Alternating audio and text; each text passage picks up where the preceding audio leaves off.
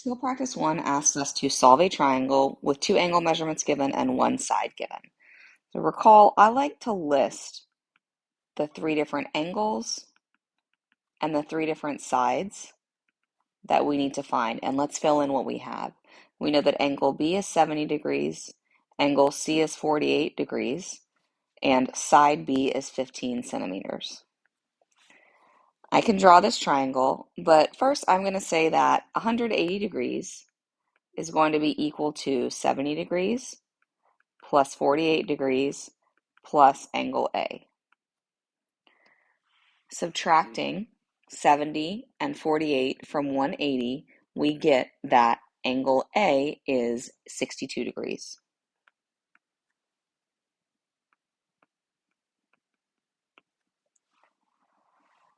Now I can use the law of sines to find side A and side C. Make sure your calculator is in degrees when you're calculating the sine. I want to know the side lengths, so I'm going to make sure that my formula for side lengths is in the numerator. I'm given B, both angle and side, and so I'm going to use that for both of my solving for A and C. So A over the sine of A is equal to B over the sine of B, which is equal to C over the sine of C. Solving for A, we have A over the sine of A, which is 62 degrees, equals side length B of 15 over the sine of angle B, which is 70 degrees. Multiplying both sides by sine 62, we get that A is equal to 15 sine 62 degrees over sine 70 degrees. And using my calculator, rounding to 1 decimal place, I have that A is 14.1 centimeters. Side C, it's the same thing. We take C over the sine of 48 degrees is equal to 15 over the sine of 70 degrees. C is then equal to 15 times the sine of 48 degrees, all over the sine of 70 degrees. And so C rounded to 1 decimal place is 11.9 centimeters.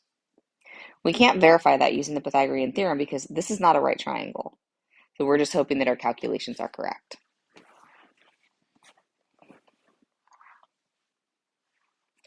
I could have used A and sine A to find C, but because I rounded the side length of A might not be as accurate, so I just want to stick with what was given to begin with to solve for both side length A and side length C. Skill practice 2, I'm given, again, 2 angle measurements and a side length. I'm going to list out the things that we need to find and what we have. We have our angles and our sides. Angle A is 33 degrees. Angle B is 112 degrees, which is different because in this case it's obtuse rather than acute. And measure of side C is 16.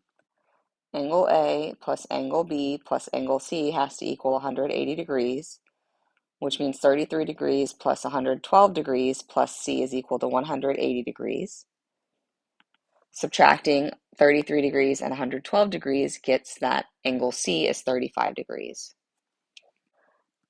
Now I am trying to find side lengths again, so I'm going to say that A over the sine of A, which is 33 degrees, is equal to, I was given side C, so I'm going to use side C as 16 divided by the sine of angle C, which is 35 degrees. So in this case, I was given A and B angles and side C, but I can still use the law of sines because it was easy for me to find that missing angle C that corresponds to its side. Solving for A, we get A is equal to 16 times the sine of 33 degrees over the sine of 35 degrees. And rounding to 1 decimal place, we get that A is 15.2. And then for B over the sine of angle B's measure, which is 112 degrees, is equal to side length 16 over sine of the corresponding angle 35. Multiplying by sine of 112 on both sides, we get that B is equal to 16 times the sine of 112 degrees divided by the sine of 35 degrees, which rounded to 1 decimal place is 25.9. Skill practice 3 comes after we have the law of sines, the ambiguous case where we are given one angle and two sides.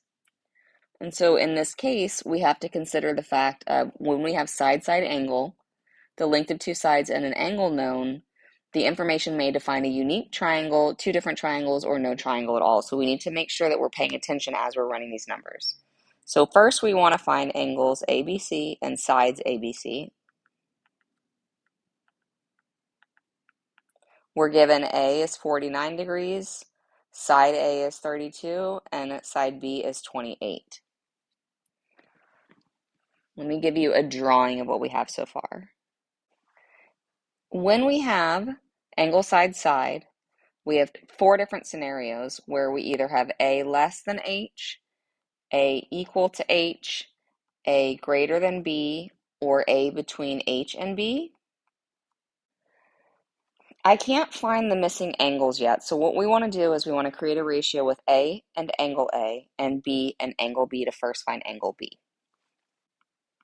This means that the sine of 49 degrees, I'm putting it in the numerator because I need to find the angle B, over the side length 32 is equal to the sine of angle B over the side length 28.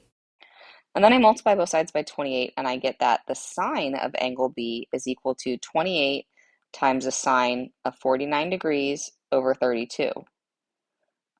I then need to use arcsine or the inverse sine to find angle B. That means in my calculator I'm going to do the inverse sine of 28 times the sine of 49 degrees divided by 32. And my angles and sides are going to be rounded to one decimal place. That gives me an angle measure of 41.3 degrees.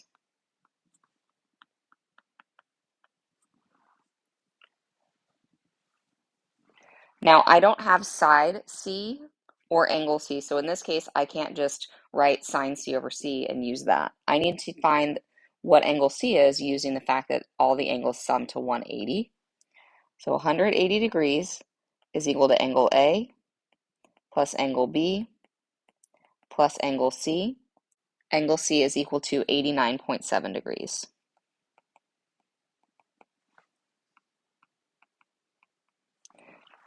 And now I can solve using the law of sines. So the side length C over the sine of 89.7 degrees is going to be equal to, let's use A because those were known. Let's say 32 over the sine of 49 degrees.